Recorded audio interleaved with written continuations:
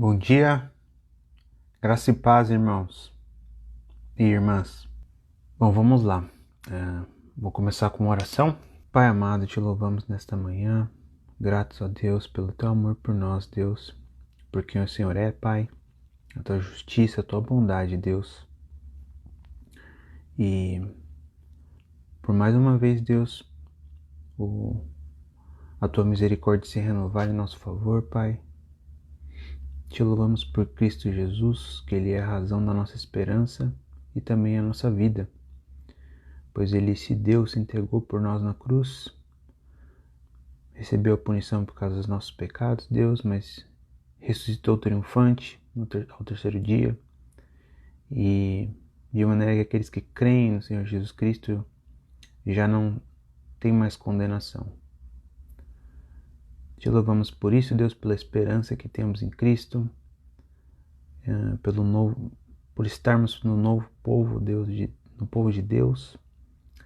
E te louvamos, Deus, porque o Senhor tem feito na tua igreja, fazendo conhecido, Deus,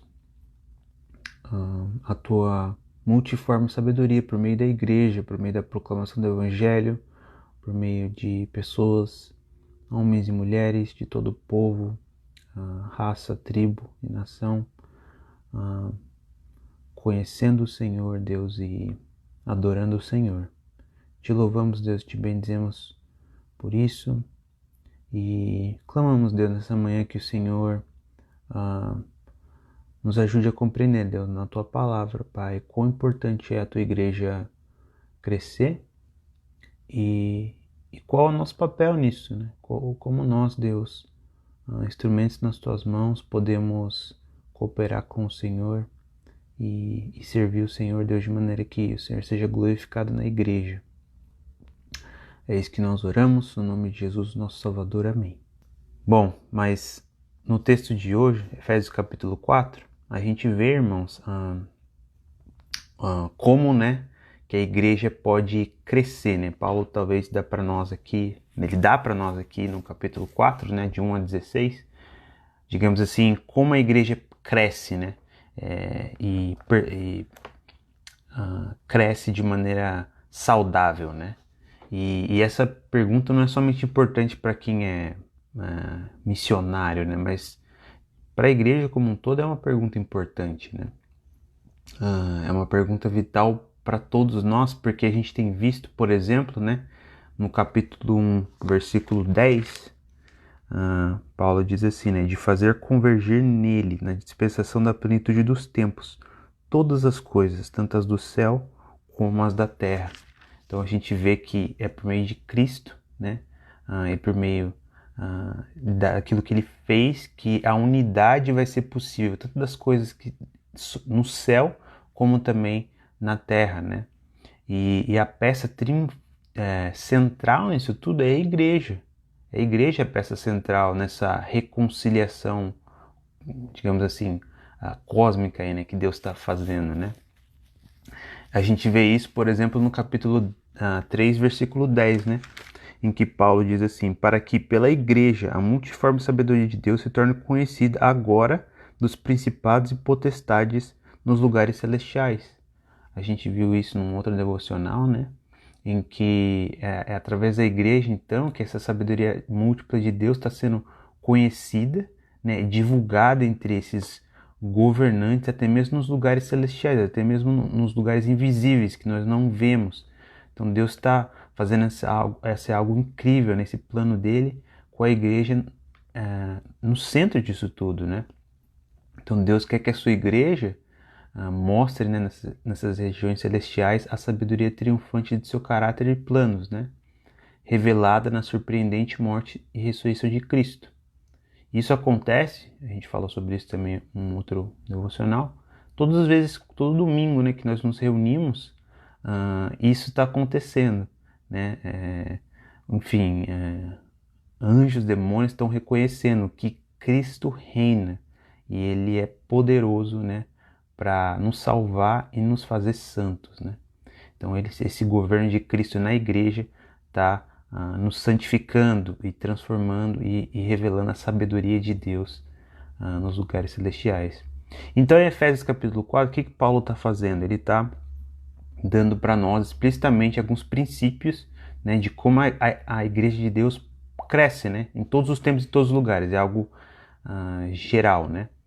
E lembre-se, né, dessas duas metades, digamos assim, né, das duas metades da carta de Paulo, né? No capítulo 1 a 3, ele fala do plano eterno de Deus, ele celebra esse plano.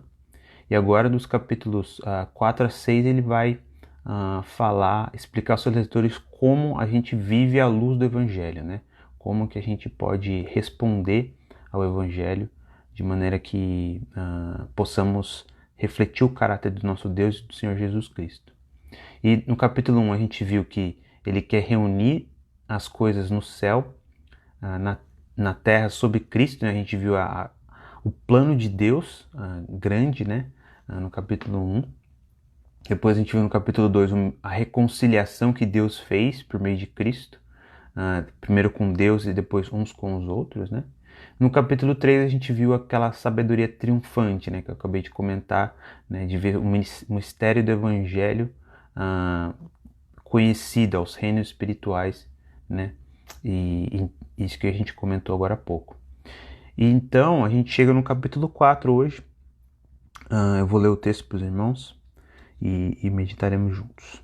Rogo-vos, pois, eu, o prisioneiro no Senhor, que andeis de modo digno da vocação a que fosse chamado, com toda a humildade, mansidão, com longanimidade, suportando-vos uns aos outros em amor, esforçando-vos diligentemente por preservar a unidade do Espírito no vínculo da paz.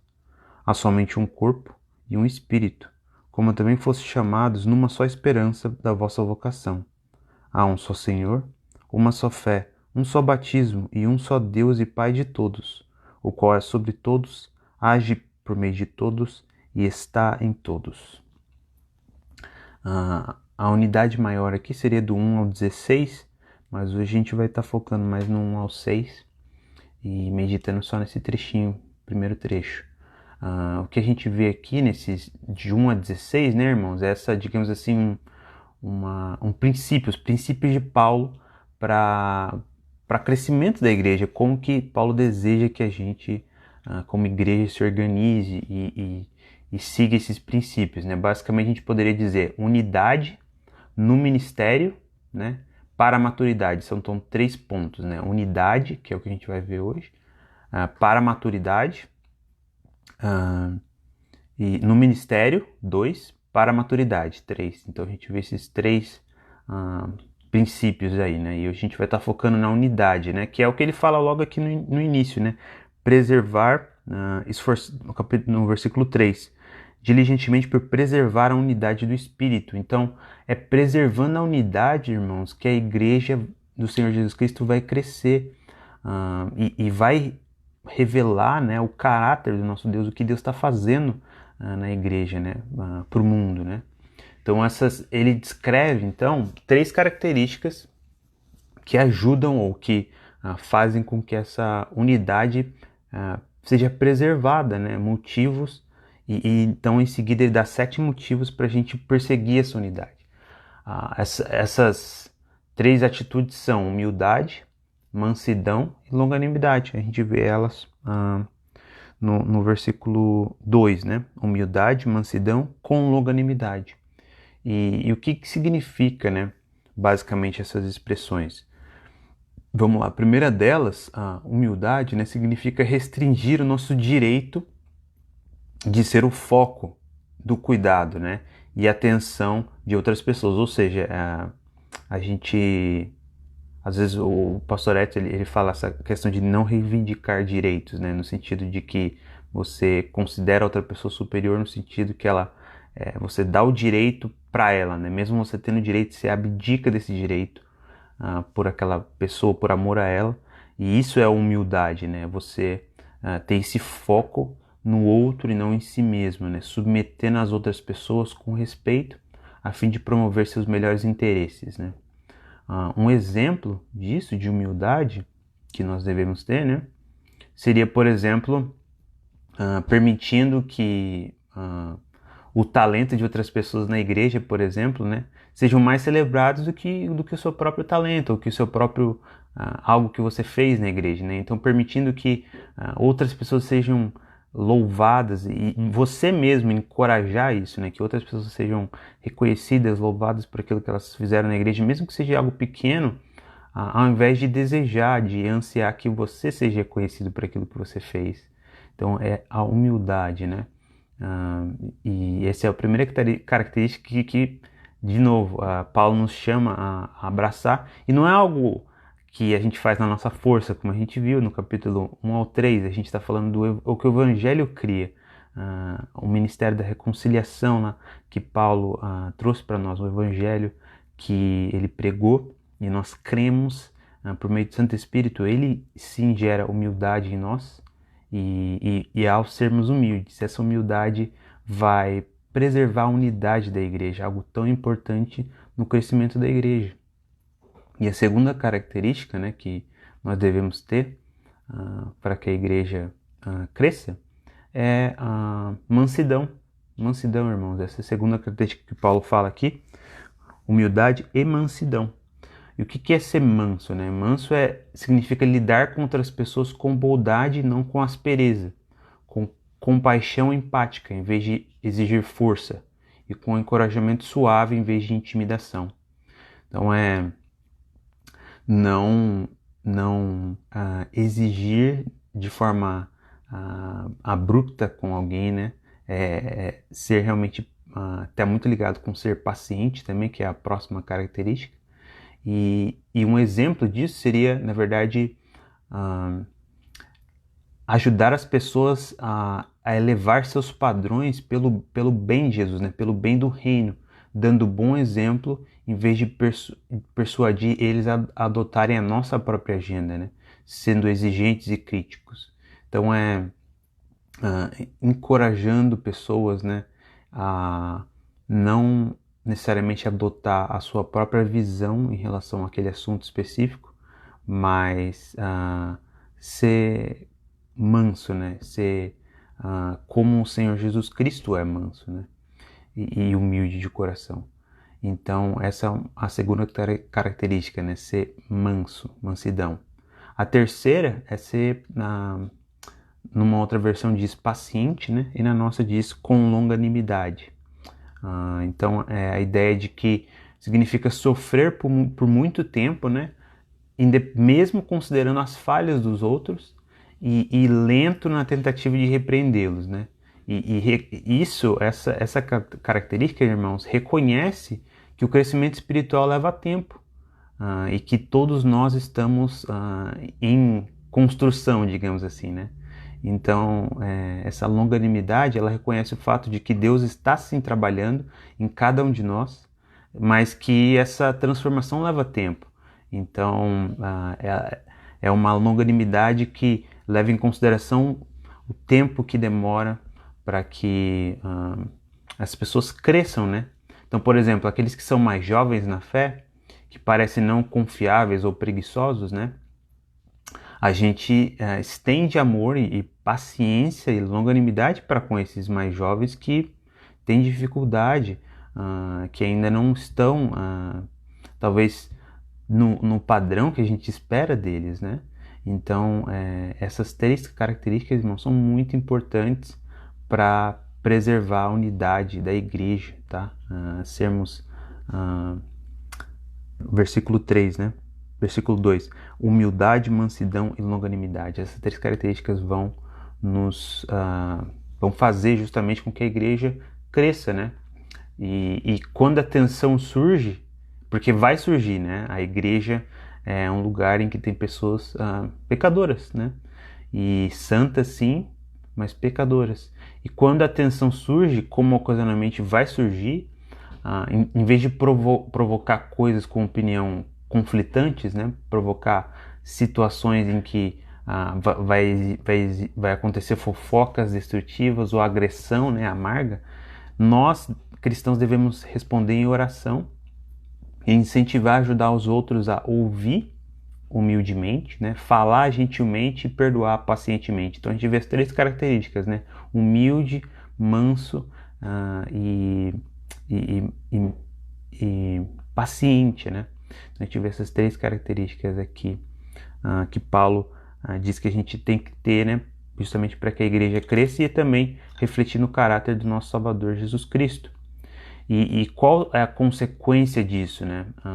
O que a gente, 7 motivos que mostram isso, né? É o que Paulo diz nos versículos 4 a 6. Paulo está descrevendo a unidade que cada uma das 3 pessoas da Trindade cria entre cristãos na Igreja de Cristo. Então a gente vê aqui o trabalho da Trindade, né? Das 3 pessoas da Trindade que estão sim ativas na nossa salvação e na Igreja, né? A gente vê o Espírito, Cristo, né? E Deus Pai, os 3, né? Por exemplo, a gente vê que o Espírito nos chamou para o corpo da igreja por meio da esperança da vida eterna no Evangelho de Cristo. A gente vê isso no versículo 4. Há somente um corpo e um Espírito, como também fossem chamados numa só esperança da vossa vocação. O Espírito Santo está ativo na igreja, irmãos, santificando pessoas e apontando pessoas para Cristo, para que elas se arrependam e creiam nele, né? A gente também vê o Senhor Jesus Cristo ativo, né? O versículo 5, né, diz... há um só Senhor e uma só fé, um só batismo. E um Senhor aqui é Jesus. Jesus é proclamado na fé, nas Escrituras, né, pela fé, simbolizando o nosso batismo compartilhado, né, que é por imersão aqui, e no Espírito Santo, quando nascemos de novo. Então a ideia aqui também, tanto o Espírito Santo como Cristo Jesus está ativamente agindo na igreja e Deus Pai, né? Versículo 6, que diz: um só Deus e Pai de todos, que é sobre todos, age por meio de todos e está em todos. Deus Pai também, que é a origem, né, desse plano, governante e presença sustentadora de tudo e de todos no universo. Então, olha só que incrível, irmãos, o Deus do universo, Pai, Filho e Espírito Santo, mesmo sendo os 3 uma só essência, mas tendo funções distintas, né? Eles, nas suas funções, eles agem na igreja com poder, né? E de maneira ordenada, para que a igreja revele, então, né, nos lugares celestiais a sabedoria de Deus, né? E quão emocionante é perceber isso, perceber que na nossa comunidade Deus está fazendo isso, né? Pai, Filho e Espírito Santo. E saber que a gente tem o privilégio de participar disso, né? Então, nesse sentido, irmãos, cada igreja, se a gente pensar nessa questão de função, né? Cada igreja é como uma orquestra sinfônica, né? Achei bem interessante o autor que eu estava lendo sobre esse assunto, que ele fala que nós na igreja temos diferentes músicos que combinam habilmente seus talentos para criar uma música bonita, né? Então a gente tem, enfim, o coral, a gente tem os instrumentos de corda, a gente tem o violino, enfim, a gente tem de percussão, enfim, diversas, essa orquestra bela, né, com diversos tipos de funções diferentes, né? A gente não tem a mesma função para todo mundo. E vamos supor que os diferentes músicos, então, resolvem se tornar, alguns deles resolvem se tornar competitivos e começam a se exibir, por exemplo. Vamos supor que o coral começa a se exibir, cantar mais rápido que os outros, né? Isso vai fazer com que a outra sessão, a sessão de instrumentos, fique agressiva e toque alto, comece a dominar totalmente e ninguém mais consegue ouvir um ao outro, né? Quando isso acontece, o maestro, né, a música deles primeiro ia soar horrível, né, porque não ia ter aquela harmonia, e o maestro com certeza iria repreendê-los, né, ou o público iria embora. Então a gente vê que a unidade é algo, fazendo esse paralelo, né, algo central no plano de Deus para que pessoas venham a conhecer Ele, né. Uma orquestra, né, de disputa seria, com certeza seria informada, né. Você é incrivelmente privilegiado, falando da orquestra agora, né? E reunindo essa orquestra para tocar essa bela música de Mozart, por exemplo. Que privilégio, né, da orquestra tocar a música de Mozart, mas eles começam a se disputar, enfim, querer competir entre si e acabam não representando, não tocando bem essa música de Mozart, né? Então esse maestro diz para eles, né? Agora toque direito, né? Toque de maneira correta, né? O apóstolo Paulo, de maneira semelhante, nos diria, né? Pare de discutir. Nós somos incrivelmente privilegiados, né? Você é incrivelmente privilegiado por ter sido escolhido e reunido na igreja local para cooperar, irmãos, no plano belíssimo de Deus, né? De fazer convergir em Cristo todas as coisas, por meio da igreja, né? E ver que na igreja a multiforme sabedoria de Deus está sendo conhecida, né? Portanto, seja humilde, né? Seja manso e tenha longanimidade, né? Para que a gente dessa forma preserve a unidade da igreja, né? Do Senhor Jesus Cristo. E esse é o nosso papel, irmãos, que Deus nos chama, e dessa forma Deus vai também fazer a igreja dele crescer. Amém? Vamos orar.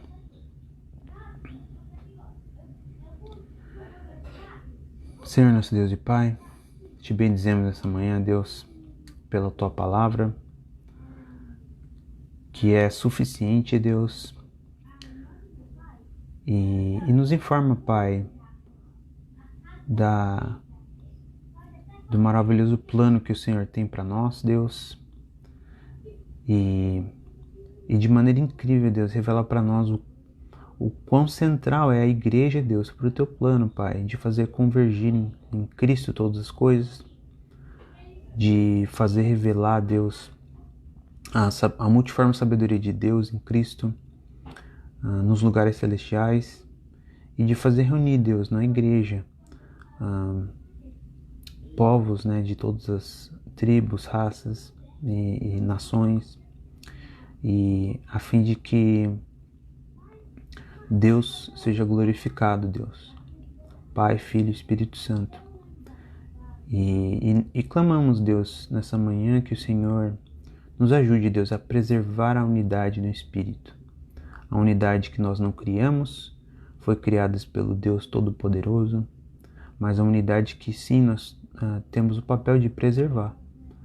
E que o Senhor nos ajude, Deus, a sermos humildes, a sermos mansos, a termos paciência, Deus, e dessa forma possamos experimentar o privilégio, Deus, de estarmos em um corpo, em um só Espírito, uma só fé, um só batismo, e glorificarmos o Senhor desta forma, Pai. É isso que oramos no nome de Jesus, o nosso Salvador. Amém.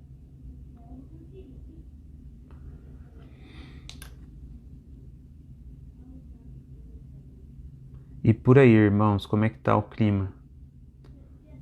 Tá frio? Se tem uma coisa que é bem interessante aqui é que mesmo que esteja frio, por as casas serem preparadas para o frio, né? Você acaba não sentindo frio dentro de casa. Então isso é uma coisa boa, porque eu lembro que quando eu tava aí, fazia bastante frio, fica frio dentro de casa, né? Bom dia, Matias. Deus abençoe, irmão. Tem sim, Abílio. A Luísa tá aqui hoje, que é filha de um irmão nosso também do seminário. Ela tá aqui hoje.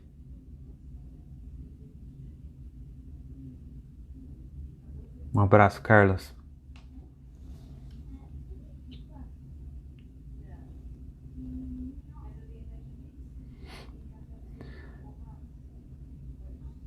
Irmãos, tenham um bom dia, graça e paz, e Deus abençoe o dia de vocês, tá bom? Um grande abraço.